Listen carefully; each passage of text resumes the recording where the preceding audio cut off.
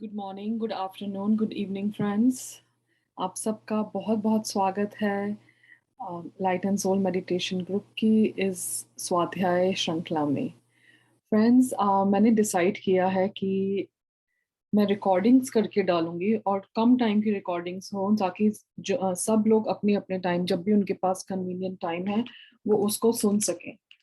क्योंकि जो इंटेंशन है इस स्वाध्याय सीरीज का, फ्रेंड्स, इंटेंशन है कि सबके पास ज्ञान पहुंचे। स्पेशली जो बुक्स नहीं पढ़ पाते इंग्लिश की, या बुक्स नहीं पढ़ पाते, उनको टाइम नहीं नहीं मिलता, उनके लिए है ये कि ज्ञान जो है सबके पास पहुंचे। और हम बीच बीच में सेशंस करेंगे, लाइव सेशंस करेंगे, जिसमें सब आके अपने बुक के बारे में व्यू जो है वो बता सकते हैं। तो ये अंदर से मेरे को आवाज आई फ्रेंड्स, जो मैं अभी थोड़े टाइम तक फॉलो करूंगी और हम देखेंगे कैसे फ्लो जा रहा है। So thank you so much for being with me friends. हम लोग आज करेंगे, हमारी बुक जो चल रही है वो चल रही है many lives many masters by doctor Brian Weiss. और आज हम इसका फिफ्थ चैप्टर के बारे में जानेंगे। फिफ्थ चैप्टर में फ्रेंड्स हमें इतनी नॉलेज मिली है, इतनी नॉलेज मिली है कि मैं एक ही चैप्टर के प्रेजेंटेशन पीपीटी तैयार कर पाई, तो मैं वो आपसे शेयर करती हूँ और हम ये इसको शुरू करेंगे। एक minute friends, let me share the screen with you.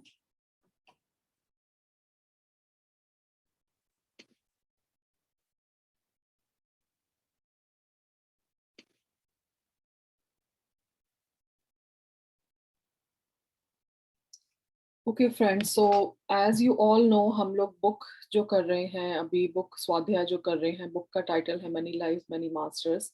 और मैं ज़्यादा रिकैप में नहीं जाऊंगी, आप पहले के वीडियोस, दो वीडियोस देखिए, आपको पता चल जाएगा कि बुक में क्या हो रहा है, क्या स्टोरी है। मैं ये ज़रूर बोलूँगी कि हमने लास्ट सेशन में देखा कि कैसे मास्टर्स, हायर सोल्स आकर कैथरीन के थ्रू हमसे और डॉक्टर या फिर डॉक्टर वाइस से बात कर रहे हैं और उन्होंने मैसेजेस देने शुरू किए हैं। तो ये बहुत बड़ी बात है फ्रेंड्स। मैं याद दिलाना चाहूंगी, ये जो आम, आम, सारे जो इंसिडेंट हुए, दैट दैट हैपेंड इन 1982, 1982 में ये सब हो रहा था। और हमें इतने अच्छे मैसेजेस मिल रहे थे उस टाइम पे फ्रेंड्स, ये बहुत ज़रूरी है जानना। तो यहीं पे शुरू करते हैं, मैसेजेस मिलते हैं तो नेक्स्ट स्लाइड पे जाते हैं फ्रेंड्स। तो क्या होता है, जो लास्ट सेशन हुआ था उसके बाद कैथरीन जो है वो डॉक्टर वाइस के ऑफिस में आती है फॉर नेक्स्ट हिप्नोसिस सेशन। और उसमें इतनी इम्प्रूवमेंट है फ्रेंड्स, इतनी इम्प्रूवमेंट है। डॉक्टर वाइस बोलते हैं कि उसकी आईज में स्पार्कल आ गया था, एक शी हैड स्पार्कल्ड आईज, और उसकी जो स्किन थी बहुत ग्लो कर रही थी। क्यों होता है ये फ्रेंड्स? हमारी आईज में स्पार्कल कब आता है और कब हम इतने ग्लो करते हैं? जब हम अंदर से खुश होते हैं। आप देखिए, जब आप अंदर से खुश होंगे, जब आप या फिर जो आपका प्रोफेशन है, जो आप उसको वो काम कर रहे हैं जिसको करके आपको बहुत खुशी मिलती है, you connect with that at your soul level, तो तब आपके ग्लो आ जाता है एक फेस पे। हमारे जितने भी मास्टर्स आप देखेंगे कितना ग्लो है उनके। और पत्री सर तो है ही है, उनका तो हम कंपेयर ही नहीं कर सकते। तो डॉक्टर वाइस कहते हैं कि इतनी ग्लो कर रही थी, उनकी आई स्पार्कल थी, और वो इम्प्रूव ही इम्प्रूव होती जा रही थी। उनके जो फियर्स थे, जो हमने फर्स्ट सेशन में डिस्कस किए थे, जो उनके फियर्स थे, एंजाइटीज थी, वो सारी की सारी कम होती जा रही थी। That was an amazing amazing improvement in her. और उनकी जो साइकिक एबिलिटीज थी, जो हमने लास्ट सेशन में हमने डिस्कस किया था, वो इंक्रीज होती जा रही थी। वो दिन ब दिन उनकी इंट्यूटिव पावर जो है वो बहुत बढ़ती जा रही थी, जो कि हम हमें ध्यान में भी मिलता है फ्रेंड्स। हमने लास्ट टाइम डिस्कस किया था, हमें ध्यान में भी ऐसा ही मिलता है। वो कहते हैं कि उनकी स्टुअर्ट के साथ अभी भी प्रॉब्लम्स थी। स्टुअर्ट जिसके साथ उनका रॉकी अफेयर चल रहा था, अभी भी उनके साथ प्रॉब्लम्स थी, लेकिन वो अब उन प्रॉब्लम्स के साथ अच्छी तरह कोप कर पा रही थी। ऐसा नहीं था कि उनको एंजाइटी, पैनिक अटैक्स आ रहे थे उसकी वजह से, वो उसको अच्छी तरह कोप कर पा रही थी। तो यहाँ पे डॉक्टर वाइस जो है बहुत अच्छा क्वेश्चन पूछते हैं कि भाई, ये जो इम्प्रूवमेंट थी, ये उसकी पास्ट लाइफ, कैथरीन की जो पास्ट लाइफ सामने आ रही थी उनके हिप्नोसिस सेशन में, उसकी वजह से थी, या फिर ये जो स्पिरिचुअल नॉलेज मिल रही थी, जो स्पिरिचुअल एक्सपीरियंस उनको हो रहे थे, उसकी वजह से थी। कितना अच्छा क्वेश्चन है फ्रेंड्स ये भी।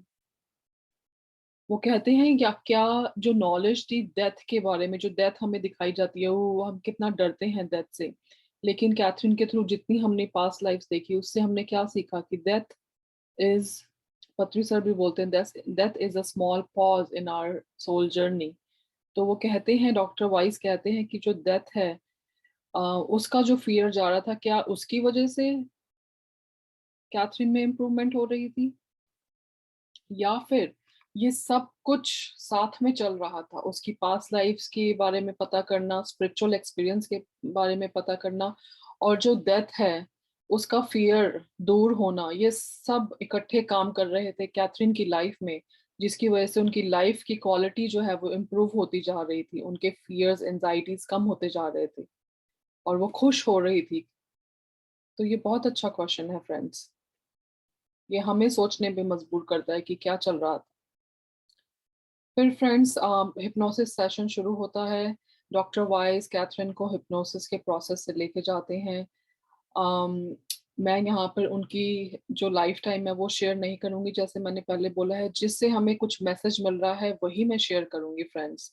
तो मैं पूरी लाइफ टाइम शेयर नहीं करूंगी, लेकिन आप ये जानिए कि कैथरीन जो भी अपनी लाइफ टाइम बताती थी बहुत डिटेल में बताती थी अपने कैरेक्टर को, और आसपास वो क्या देख रही हैं, क्या हो रहा है, and she could jump from incident, कभी बचपन से टीनेज में आ गए, फिर मैच्योर में आ गए, अडल्ट में आ गए, फिर उनको अपने डेथ भी देखती थी।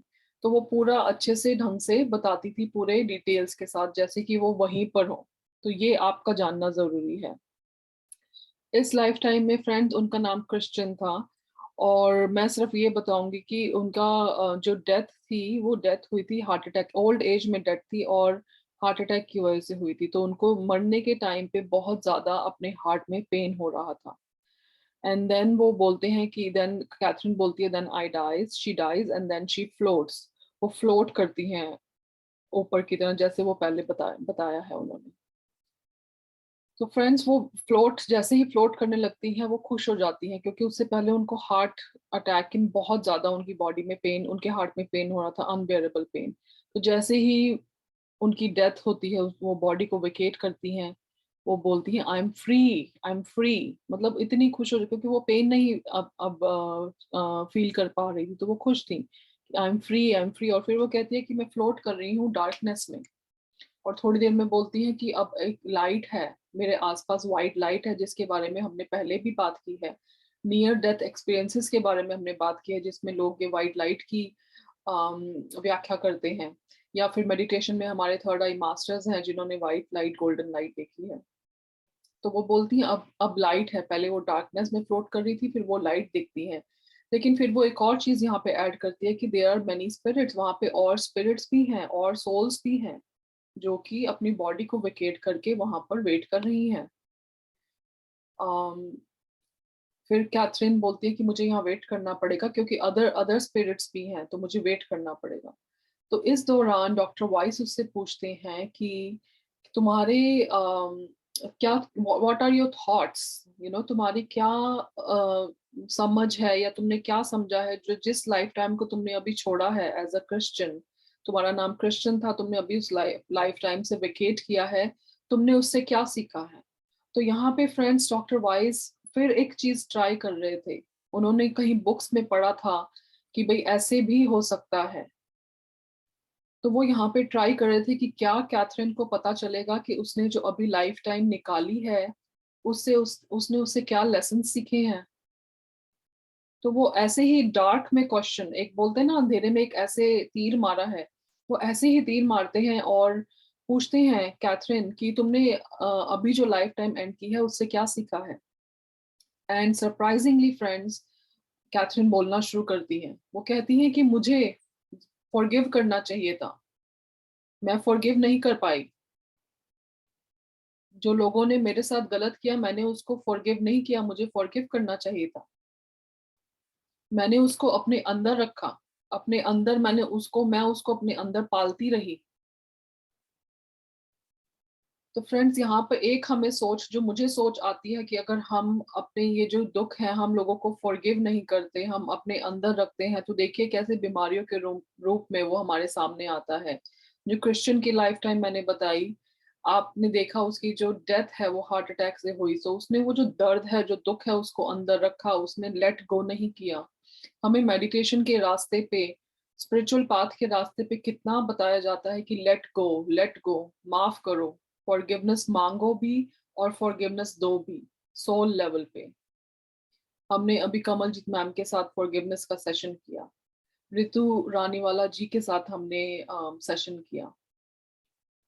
कितने मास्टर्स हैं जो सेशन कराते हैं, तो ये इतना इम्पोर्टेंट है फ्रेंड्स, फॉरगिव करना भी और फॉरगिवनेस लेना भी सोल लेवल पे, ताकि हम अपने स्पिरिचुअल पाथ पे आगे बढ़ सकें। हमें वहां स्टक नहीं रहना है। और यहाँ पे हमें सीधा हमें एक मैसेज मिल रहा है मास्टर्स के थ्रू, कि हमें फॉरगिविंग होना चाहिए। क्योंकि ये सब फ्रेंड्स, मेरे सोच के हिसाब से ये सब बॉडी का खेल है, हम बॉडी से अटैच रहते हैं, हम इसलिए माफ नहीं कर पाते। अगर हम सोल लेवल पे हों और दूसरे व्यक्ति को भी हम सोल लेवल पे देखें, हम उनको आत्मा की तरह देखें, तो हम जान सकते हैं कि इट्स इजी हो जाता है उनको माफ करना, राइट? क्योंकि वो भी अपना काम कर रहे हैं, हम भी अपना काम कर रहे हैं, कर्म का बंधन है। तो फॉरगिविंग, यहाँ पे मैसेज है, फॉरगिविंग करना बहुत जरूरी है फ्रेंड्स।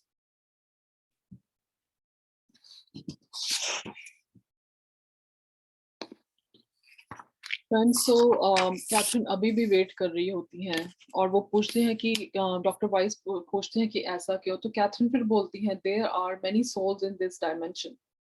ये जो डायमेंशन है यहाँ पे बहुत सोल्स हैं जो वेट कर रही हैं। कहती मैं ही अकेली नहीं हूँ यहाँ पे, और भी सोल्स हैं, हमें पेशेंटली वेट करना पड़ेगा, जब हमारी टर्न आएगी तब आएगी, हमें पेशेंटली वेट करना पड़ेगा। वो कहती हैं और डायमेंशंस भी बहुत सारी हैं यहाँ पे, वो एक नया कॉन्सेप्ट ऐड कर रही हैं फ्रेंड्स। अगेन दिस इज 1982, कि कितनी डायमेंशंस है, देयर आर मेनी डायमेंशंस। हमने पीएसएसएम के से जुड़ने के बाद हमने कितना सीखा है, कितनी डायमेंशंस हैं। हमने न्यू एनर्जी या असेंशियल वर्कशॉप या इनर जर्नी हमने दीप्ति मैम के साथ की है, राम राजू सर के साथ की हैं, और इतने बड़े बड़े मास्टर्स हैं उनके साथ किए। हमने क्या सीखा है उसमें फ्रेंड्स, कितनी डायमेंशंस हैं। इतनी सारी बुक्स हैं friend, bringers of the don है, और इतनी सारी बुक्स हैं जिसमें डिफरेंट डायमेंशंस की को मेंशन किया गया है। तो हमें ये कॉन्सेप्ट अपने दिमाग में उतारना चाहिए कि बहुत सारी डायमेंशंस हैं and we are multi dimensional beings, right? इसमें कैथरीन फिर डॉक्टर वाइस उससे पूछते हैं कैथरीन से कि क्या तुम और डायमेंशंस में भी गई हो? तो कैथरीन बोलती है यस, मैं बहुत सारी डायमेंशंस में गई हूँ, डिफरेंट प्लेन्स पे, प्लेन्स बोलती है, डिफरेंट प्लेन्स पे गई हूँ, डिफरेंट टाइम्स पे। वो कहती है कि हर एक प्लेन जो है एक हायर कॉन्शियसनेस के लेवल पे है। मतलब जैसे जैसे अब आगे बढ़ते जाएंगे वो कॉन्शियसनेस लेवल जो है वो बढ़ता जाएगा। कॉन्शियसनेस लेवल क्या है फ्रेंड्स? जो हमारी बुद्धि है, हमारी विजडम है, वो हम बढ़ती जाएगी, हम अवेयरनेस जो है वो बढ़ती जाएगी। पत्री सर ने 7 लोकों का मेंशन किया है फ्रेंड्स, पीएमसी हिंदी पे आप जाएंगे तो बहुत अच्छी वीडियोस हैं उस पे। डिफरेंट लोक्स हैं फ्रेंड्स जिसमें कॉन्शियसनेस लेवल इंक्रीज होती रहती है, हमारे हमारे कर्मास, हमारी बुद्धि, हमारी विजडम, हमारी अवेयरनेस के हिसाब से। अगर हम अच्छा करते हैं तो हम आगे बढ़ते हैं। और वही यहाँ पे कैथरीन बोल रही है, what plane we go to depends upon how far we have progressed। हमने कितनी प्रोग्रेस की है अपने कॉन्शियसनेस लेवल पे, अपने सोल लेवल पे, हम उसके अकॉर्डिंग उस प्लेन पे जाते हैं। तो बहुत जरूरी है फ्रेंड्स हम अपने आप को इम्प्रूव करें इस लाइफ टाइम में। बहुत ही प्रेशियस लेसन्स है फ्रेंड हमारे लिए, बहुत ही precious lessons, knowledge and wisdom है फ्रेंड्स। वो आगे बताती हैं कि और लेसन्स क्या हैं, क्योंकि डॉक्टर वाइस पूछ रहे हैं what lessons one has to learn in order to progress. वो कहते हैं, जब उन्होंने डायमेंशंस की बात की, प्लेन्स की बात की, और वो बोलते हैं कि हर डायमेंशन में आपकी कॉन्शियस लेवल, जो आपका लेवल है कॉन्शियसनेस का, उसके लेवल के हिसाब से आपको वो प्लेन मिलता है। तो यहाँ पे डॉक्टर वाइस देखिए फिर कितना अच्छा क्वेश्चन पूछते हैं कि कौन से लेसन है जो हमें सीखने हैं ताकि हम आगे प्रोग्रेस कर सकें। और देखिए फ्रेंड्स, यहाँ पे कितनी अच्छी हमें नॉलेज मिली है, कितनी अच्छी हमें नॉलेज मिल रही है मास्टर्स के थ्रू। वो कहती हैं कि हमें अपनी नॉलेज को शेयर करना चाहिए।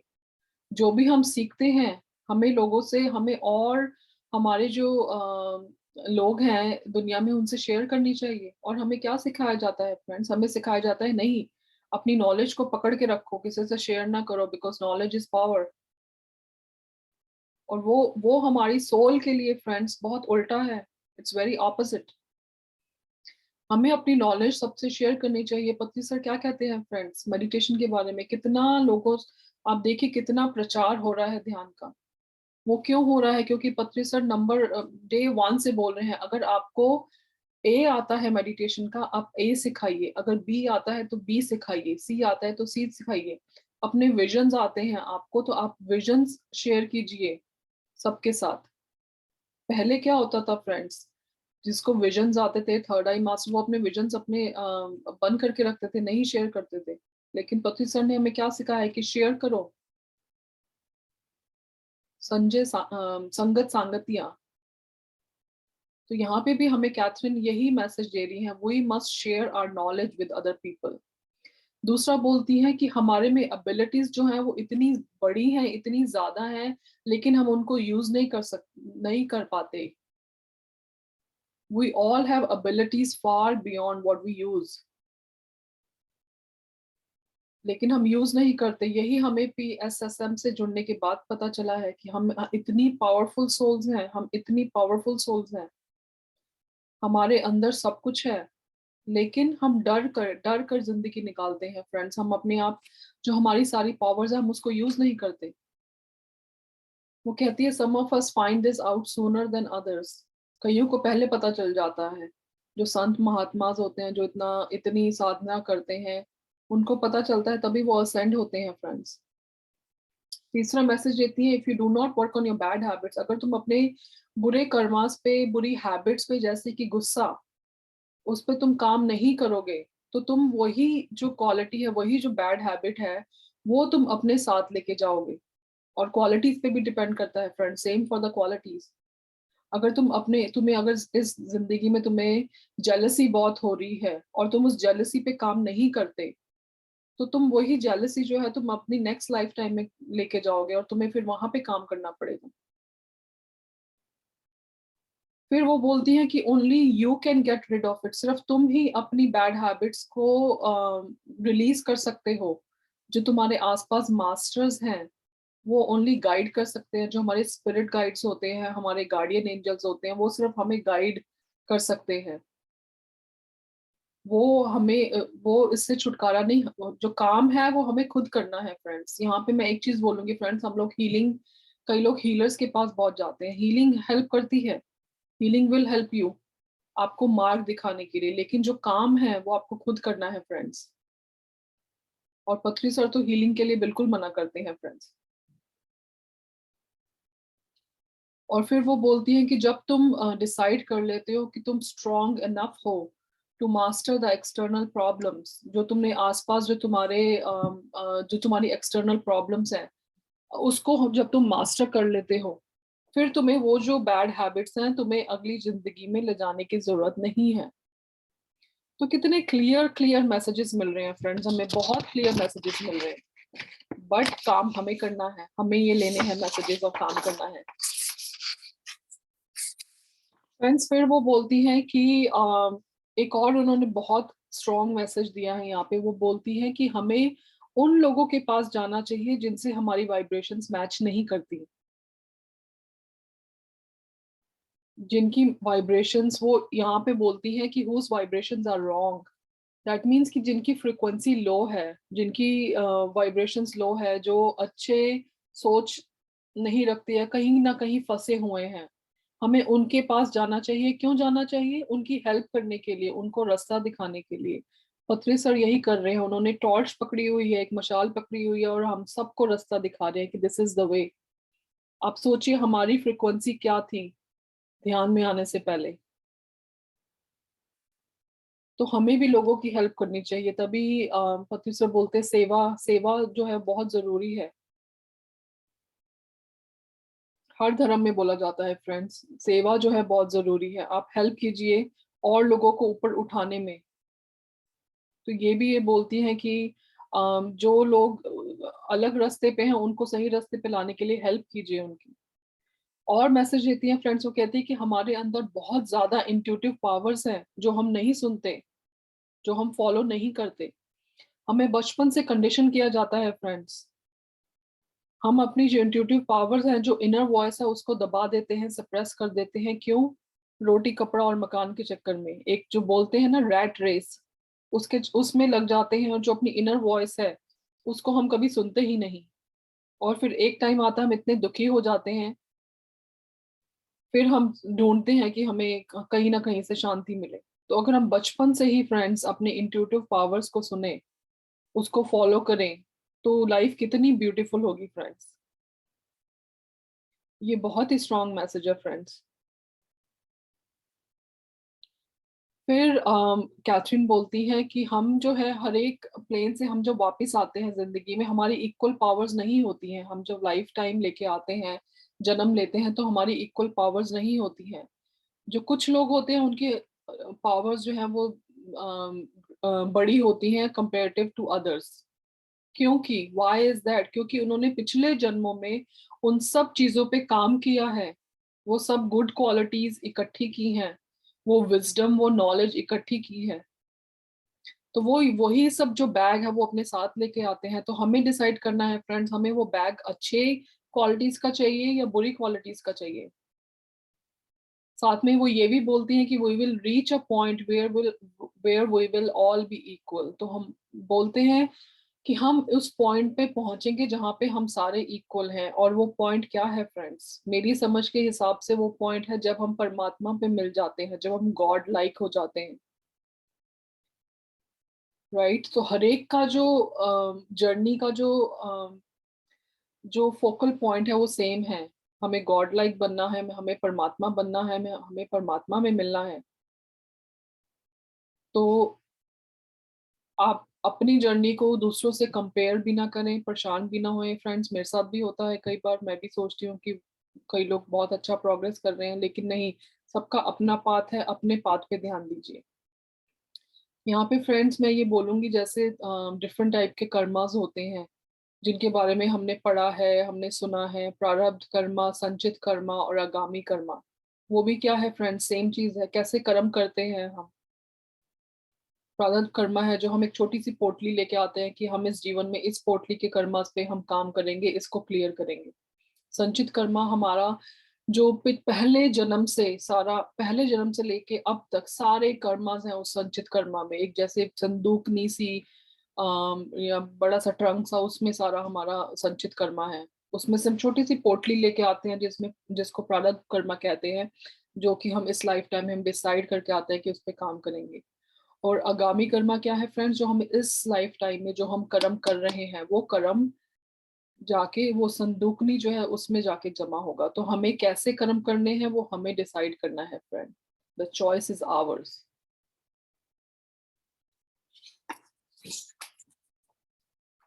फ्रेंड्स यहाँ पर जो है कैथरीन फिर बोलती हैं एक बहुत अच्छा, देखिए, रेवोल्यूशन देती हैं।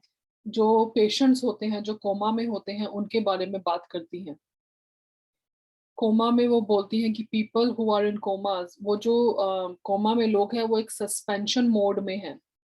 उनकी जो आत्मा है वो सस्पेंशन मोड में है। वो अभी उस प्लेन को क्रॉस करने के लिए तैयार नहीं है। और वो कौन डिसाइड करेगा? वो खुद ही डिसाइड करेंगे। Only they can decide this. अगर उनको लगता है कि उनको और कोई लर्निंग नहीं बची है इस जीवन में, इस फिजिकल स्टेट में, फिर उनको अलाउ किया जाता है वो क्रॉस ओवर करने के लिए। लेकिन अगर उनकी लर्निंग बची है तो उनको वापस आना पड़ता है, वो लर्निंग लेनी पड़ती है। कैथरीन कहती है कि coma is like a rest period. Rest period है उनकी मेंटल हेल्थ के लिए, ताकि वो रेस्ट करके डिसाइड कर सकें। तो यहाँ पे डॉक्टर वाइज जो है वो बहुत अच्छी फिर से थॉट देते हैं कि जो कोमा में लोग हैं उनको जो मॉडर्न मेडिसिन है वो कुछ नहीं कर सकती। It doesn't have a single hand in that. कुछ एक जो थोड़ा सा भी हाथ नहीं है उसमें उनकी हेल्थ को इम्प्रूव करने के लिए। ये सिर्फ सोल को ही डिसाइड करना है कि उसने क्या करना है। तो फिर वो मॉडर्न मेडिसिन पे फिर पॉइंट आउट कर रहे हैं कि हम इतना डिपेंड नहीं हो सकते मॉडर्न मेडिसिन पे। It's the soul that decides कि अगर वो वापस आना चाहती है या फिर वो प्लेन को क्रॉस करना चाहती है। तो ये भी कितनी अच्छी रेवोल्यूशन है फ्रेंड्स।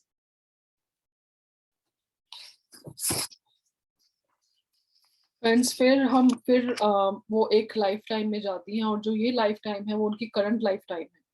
करंट लाइफ टाइम में जाती हैं वो, और वो अपने आप को कैथरीन की तरह देखती हैं। वो एक सीन में जाती हैं, ये इस बारे में मैं थोड़ा बहुत बात करूंगी क्योंकि हमें इससे भी सीखने को मिलेगा, क्योंकि कैथरीन की लाइफ से, करंट लाइफ टाइम से रिलेटेड है। तो वो कहती है कि मेरे फादर जो है वो बहुत गुस्से में हैं, वो मुझे मार रहे हैं एक स्टिक से, और वो स्टिक जो है बहुत हैवी है, दर्द हो रही है। तो वो उनको पूरा फील हो रहा था। वो जैसे मैं बोलती हूँ कि वो हर डिटेल में बताती है, वो डिटेल में बता रही है। कहती है वो रुक नहीं रहे, वो मारी जा रहे हैं, हमें मारी जा रहे हैं। कहती हैं कि वो क्यों क्यों ऐसा करते हैं, क्यों हमें मारते हैं, क्यों हमें तंग करते हैं, क्यों हमसे खुश नहीं है। तो यहाँ पे फ्रेंड्स डॉक्टर वाइस जो है, फिर देखिए कितना अच्छा क्वेश्चन पूछते हैं। उन्होंने कहीं पे पढ़ा था कि हम लोग अपनी हायर सोल से कनेक्ट होके, हायर सेल्फ से कनेक्ट होके हमें कई बार एक हायर पर्सपेक्टिव मिल जाता है। तो वो यहीं पे वो यही कोशिश कर रहे हैं। यहीं पे वो कैथरीन से पूछते हैं कि क्योंकि कैथरीन बोलती है कि क्यों हमसे वो इतने मीन है, तो वो कहती है कि तुम व्हाई डोंट यू लुक, तुम अपने आप ढूंढो। तुम्हें क्या लगता है, क्या क्या तुम्हें लगता है कि तुम्हारे फादर तुम्हें इतना क्यों मारते हैं, क्यों तुमसे नफरत करते हैं। वो उससे पूछते हैं। तो यहाँ पे फ्रेंड्स बहुत ही अचंभे वाली बात है। फिर कैथरीन जो है अपने हायर सेल्फ से कनेक्ट होके खुद ही बोलती हैं कि क्यों ऐसा हो रहा है। वो बोलती हैं कि ही नेवर वांटेड अस, मेरे फादर जो थे उनको बच्चे चाहिए ही नहीं थे। वो उनको फील होता है कि हम जो हैं उनकी खुशियों को हम खत्म कर दिया, हम एक इंट्रूजन की तरह बनकर आए। और जो उन्होंने अपनी लाइफ टाइम सोची थी, वो बच्चों की वजह से वो अपनी लाइफ टाइम वैसे नहीं बिता पाए। तो वो हमें चाहते ही नहीं, बच्चों को चाहते ही नहीं थे। तो डॉक्टर वाइस कहते हैं कि ओके, कैथरीन मिडिल चाइल्ड थी। वो कहते हैं कि व्हाट अबाउट योर ब्रदर, तुम्हारे ब्रदर के साथ क्या क्या उसको भी नहीं चाहते वो। तो कैथरीन आगे से जवाब देती हैं, हाँ वो मेरे ब्रदर को भी बिल्कुल नहीं चाहते, वो कभी नहीं चाहते थे। वो कहते हैं कि उन्होंने उसको प्लान भी नहीं किया था, प्लान प्रेगनेंसी नहीं थी। वो कहते हैं उनकी उस टाइम पे शादी भी नहीं हुई थी जब उसका ब्रदर कंसीव हुआ था। तो ये जो इन्फॉर्मेशन थी फ्रेंड्स, स्टार्टलिंग इन्फॉर्मेशन थी, क्योंकि कैथरीन को ये नहीं पता था, उसके पेरेंट्स ने बच्चों को नहीं बताया था कि जो उनका ब्रदर था, फर्स्ट बॉर्न जो था, वो शादी से पहले कंसीव हुआ था। और ये जो इन्फॉर्मेशन है बाद में उनकी माँ ने कंफर्म भी की कि ये जो रेवोल्यूशन हुआ है कैथरीन को, ये सच है। उनका ब्रदर शादी से पहले कंसीव हुआ था। तो फ्रेंड्स यहाँ पे देखिए, कैथरीन को पता चलता है कि उनके फादर जो हैं वो उनसे क्यों इतना नफरत करते थे, क्यों मारते थे, क्यों पीटते थे, क्यों अपना गुस्सा उन पे निकालते थे। तो यहाँ पे उनको ये भी नॉलेज मिली है।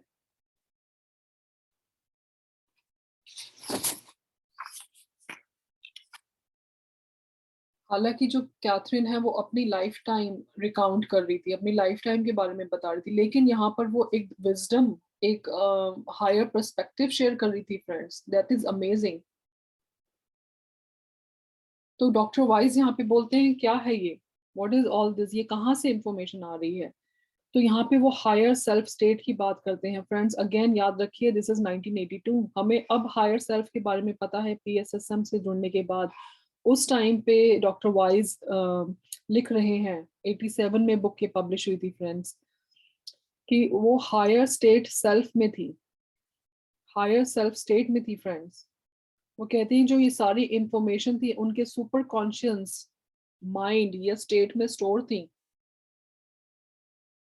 और ये स्टेट ऐसी है जिसमें हमें इतनी प्रोफाउंड इंसाइट्स और इंफॉर्मेशन होती है, लेकिन हम इसे एक्सेस नहीं कर पाते।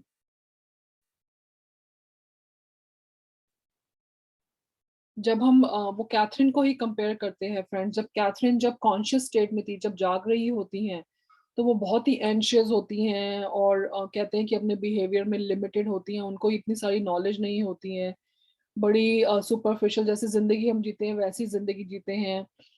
अम, उनको जो फिलोसफिकल बातें हैं उनमें कोई इंटरेस्ट नहीं होता है, वो बस रोजमर्रा की जिंदगी, शॉपिंग की, खाया पिया, उसमें उस वैसी होती हैं वो। लेकिन जब वो हिप्नोसिस में सुपर कॉन्शियस स्टेट में है फ्रेंड्स, जब वो अपने सुपर कॉन्शियस माइंड से अटैच कर पा रही हैं, मिल पा रही हैं,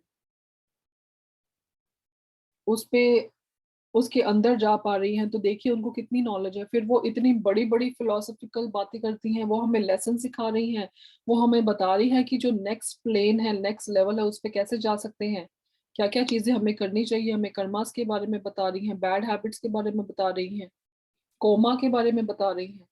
तो कितनी सारी नॉलेज उनके अपने फादर के बारे में बता रही हैं फ्रेंड्स, अपने फादर के बारे में कि वो ऐसा क्यों बिहेव कर रहा था, ये भी उनके सुपर कॉन्शियस माइंड में स्टोर था। तो फ्रेंड्स ये जो है हमें अपनी तरफ फिंगर पॉइंट करने की मौका देता है, अपॉर्चुनिटी देता है कि हमारे अंदर कितनी नॉलेज है फ्रेंड्स, हम उस नॉलेज को कैसे बाहर लेके आ सकते हैं। एक ही आंसर है फ्रेंड्स, ध्यान। देखिए ध्यान से हमारी कितनी ज्यादा, मेडिटेशन से हमारी कितनी इंट्यूशन पावर कितनी बड़ी है, और हमने कितना और हम ये जो अपने सुपर कॉन्शियस है उसमें भी हम जाके हम कितनी सारी मैनिफेस्टेशन के बारे में हम बात करते हैं, कितनी सारी चीजें जो है हमारी सुपर कॉन्शियस माइंड में जुड़ी हैं, और इतनी सुंदर सुंदर बुक्स हैं फ्रेंड्स सुपर कॉन्शियस माइंड पे। तो कितना कुछ है फ्रेंड्स, ये इस बुक में हमें कितना कुछ सीखने को मिल रहा है। जिन्होंने ये बुक उस टाइम पे पढ़ी होगी उनके लिए कितनी बड़ी नॉलेज है, specially western part of the world में।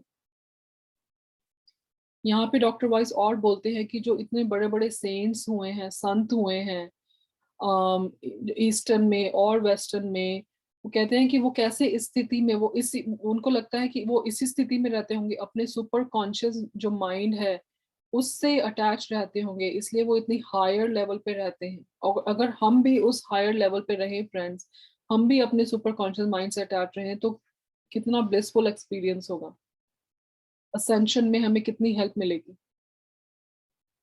तो बहुत ही सुंदर फ्रेंड्स, बहुत ही सुंदर नॉलेज है फ्रेंड्स, डॉक्टर वाइस के थ्रू एंड कैथरीन के थ्रू एंड मास्टर्स के थ्रू। तो यहाँ पे फ्रेंड्स डॉक्टर वाइस कैथरीन से पूछते हैं कि क्या तुमने अपने लेसन्स के बारे में बताया कि तुम्हें ये लेसन्स है, क्या तुम बता सकती हो कि तुम्हारे फादर को क्या लेसन लेने हैं। वो डेफिनेटली उनकी बैड हैबिट है, राइट, वो बच्चों को मार रहे हैं, तो उनको क्या लेसन लेने हैं, तो वो ऐसे पूछते हैं कैथरीन से।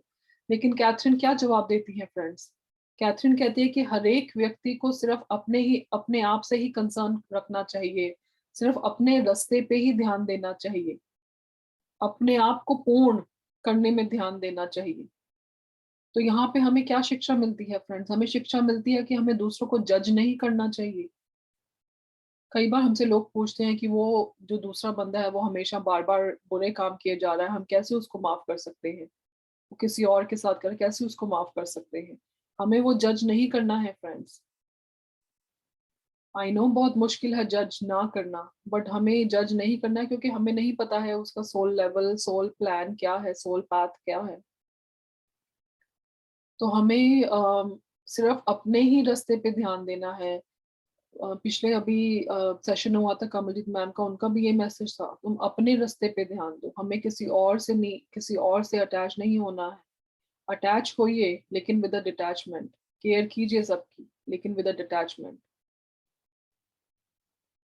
तो ये भी बहुत इंपॉर्टेंट है फ्रेंड्स, अपने रास्ते पे ध्यान दीजिए, अपने रास्ते पे ध्यान दीजिए, बहुत जरूरी है फ्रेंड्स, अपने स्पिरिचुअल पाथ पे ध्यान दीजिए, अपने आप पे वर्क कीजिए। वर्क करने के बाद हमारी फ्रिक्वेंसी इतनी हाई हो जाएगी कि और लोगों को भी इफेक्ट करती है, ये हमें सीखने को मिला है पीएसएसएम के थ्रू। फिर वो बोलती है कि we have lessons to learn each one of us, हम सबको लेसन सीखने हैं, हम धरती पे क्यों आए हैं, हमें लेसन सीखने हैं, ये हमें पता है पीएसएसएम के थ्रू। लेकिन ये नॉलेज जब उस टाइम पे आई थी, कितनी बड़ी नॉलेज है कि हमें लेसन सीखने हैं, इसलिए हम इस धरती पर आते हैं। कहते हैं अगर हम लेसन सीखेंगे तभी हम आगे बढ़ सकते हैं और दूसरों की हेल्प भी कर सकते हैं। कोई भी चैलेंज आता है फ्रेंड्स लाइफ में, यही बोला जाता है, हमें यही सिखाया गया है पीएसएसएम के थ्रू, जितने भी वर्कशॉप्स या बुक्स हमने पढ़ी हैं, हमें उस चैलेंज से हमें पूछना चाहिए। कई बार वो चैलेंज जो है बार बार हमारे लाइफ में आता है, स्पेशली रिलेशनशिप्स को लेके कुछ इश्यूज होते हैं जो बार बार सरफेस पे आते हैं, तो हमें पूछना चाहिए उनसे कि हमें इस, आप यूनिवर्स से पूछे कि हमें क्या इससे लेसन लेना है, what is the lesson that I need to learn universe, और आपको वो आंसर मिलेगा। जब तक हम वो लेसन नहीं सीखेंगे, वो इंसिडेंट बार बार हमारी लाइफ में आते रहेंगे। लेकिन निराश नहीं होना है friends, this is a learning way, this is the way, ये लर्निंग कर्व है, सीखते रहेंगे, आगे बढ़ते रहेंगे। अपने आप पे हिताश नहीं होना है कि मैं लेसन नहीं सीख रहा या रही और वो मुश्किलें बार बार आ रही है, नहीं नहीं फ्रेंड्स। पृथ्वी सर बोलते हैं लगे रहो मुन्ना भाई, करते रहो करते रहो, निराश नहीं होना है। फ्रेंड्स इसके बाद जो है हम वापस उसके वो अपने फादर के बारे में बोलने लगती हैं, एक एक वापस हिप्नोसिस सेशन में बोलने लगती हैं वो। फिर अपने फादर के बारे में बताती हैं, वो बताती हैं कि ही इज मेकिंग मी सिक। वो मुझे उनका कुछ डिनर टेबल पे बैठे थे, वो कुछ खा रहे थे और कैथरीन वो नहीं खाना चाह रही थी, लेकिन उनके फादर उनको जबरदस्ती खिला रहे थे। वो कहती हैं कि मेरे फादर को पता है कि मुझे वॉमिट आ जाएगी अभी, लेकिन फिर भी वो जबरदस्ती खिला रहे हैं। फ्रेंड्स हम कितनी बार करते हैं ये अपने बच्चों, छोटे बच्चों के साथ, नहीं खाओ खाओ खाना खाओ। बहुत कुछ सीखने को मिलता है फ्रेंड्स, विंडोज ऐसे ओपन होती है बुक्स के थ्रू। फिर यहाँ पे वो अपनी, जब वो ये सीन बता रही हैं, फिर वो अपने higher perspective super conscious state में जाती हैं और फिर वो कुछ अपनी विजडम या नॉलेज अपनी शेयर करती हैं। वो कहती हैं कि शायद मेरे पिता में कोई वॉइड है, कुछ खालीपन है, जिसकी वजह से वो हमसे इतना हेट करते हैं। वो कहती हैं कि वो मेरे से इतना हेट करते हैं क्योंकि उन्होंने मेरे साथ बुरा किया था। इफ यू रिमेम्बर फ्रेंड्स, जो फर्स्ट हिप्नोसिस सेशन था, उसमें 3 साल की उम्र की जो उनका एक इंसिडेंट हुआ था जिसमें उनके फादर ने उनको सेक्सुअली असॉल्ट किया था, वो सामने बाहर निकल कर आया था। तो वो ये बोलते हैं कि शायद वो मेरे से इतना हेट इसलिए करते हैं क्योंकि उन्होंने मेरे साथ ये बुरा काम किया था, और वो उसके लिए मेरे से हेट करते हैं और अपने आप से भी हेट करते हैं, इसलिए वो मुझे पनिश करते हैं ऐसी ऐसी चीजें करके। फिर वो एक चीज बोलती है कि शायद मैंने कुछ किया होगा, इसलिए मेरे फादर मेरे से ऐसा बिहेव करते हैं, और ऐसा बिहेव किया उस टाइम पे 3 साल की उम्र में फ्रेंड्स। देखिए वो कैथरीन के सब कॉन्शियस माइंड में कैसे वो बैठ गया। 3 साल की उम्र थी फ्रेंड्स, और उस बच्ची ने छोटे से मन में अपने कैसे बिठा लिया कि शायद मैंने कुछ गलत किया होगा, इसलिए मेरे फादर ने मेरे साथ ऐसा किया। कितनी उसने अपने अंदर गिल्ट बिठा ली। उसको तो वो इंसिडेंट याद भी नहीं था फ्रेंड्स, वो इंसिडेंट हिप्नोसिस के सेशन में बाहर निकल के आया। लेकिन अब हमारे सामने आ रहा है कि कैथरीन के अंदर कितनी गिल्ट थी उसके, उसको लेकर। 3 साल का बच्चा फ्रेंड्स क्या होता है। तो ये हमें सोचने का एक वो देता है कि हम अपनी प्रैक्टिकल लाइफ में हम बच्चों को कई बार ऐसे बिहेव करते हैं, लेकिन हमारे बच्चे उसको किस तरह लेंगे और अपने सब कॉन्शियस माइंड में कैसे बिठा लेंगे। तो बहुत जरूरी है हम कैसे बिहेव करें, अपने बच्चों के सामने कैसे ट्रीट करें। यहाँ पर डॉक्टर वाइस उसको समझाते हैं कि तुम्हारा कोई कसूर नहीं था, तुम सिर्फ 3 साल की थी, और तुम्हारे पिता ड्रंक थे उस टाइम पे, अडल्ट थे, उनकी उनकी गलती है। तुम्हें अपने अंदर से ये गिल्ट रिलीज कर देनी चाहिए।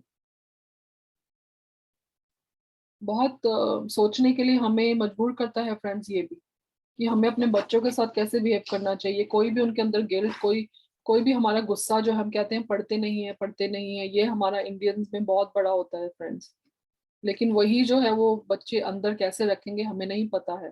तो हमें सोच समझ के अपने बच्चों के साथ बिहेव करना चाहिए फ्रेंड्स। मैंने मेडिटेशन में आने के बाद मैंने अपने आप को बहुत चेंज किया है, बहुत ज्यादा। थैंक्स टू मेडिटेशन एंड पथरी सर। फ्रेंड्स, यहाँ पर फिर क्या होता है, अचानक से कैथरीन जो है एक दूसरी लाइफ टाइम में चली जाती है और वो देखती है उस लाइफ टाइम में कि लोग जो है एक दूसरे को मार रहे हैं। She sees people being killed.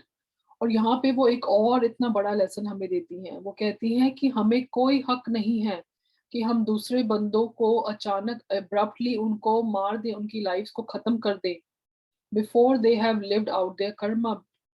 हमारा कोई हक नहीं है।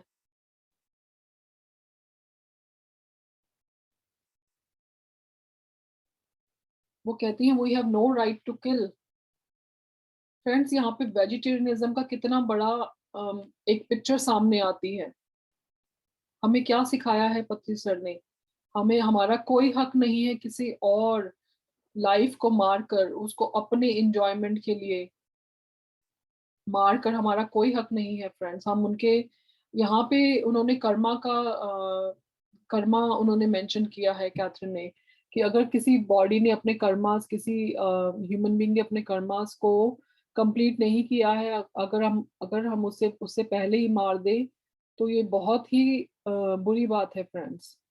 वो कहती है we have no right to kill. और वो कहती है कि जो अगर ऐसा करते हैं, किसी को वो किल करते हैं, तो वो जब उनकी लाइफ खत्म होती है और वो नई डायमेंशन में जाते हैं, तो वो वहां पे बहुत सफर करते हैं।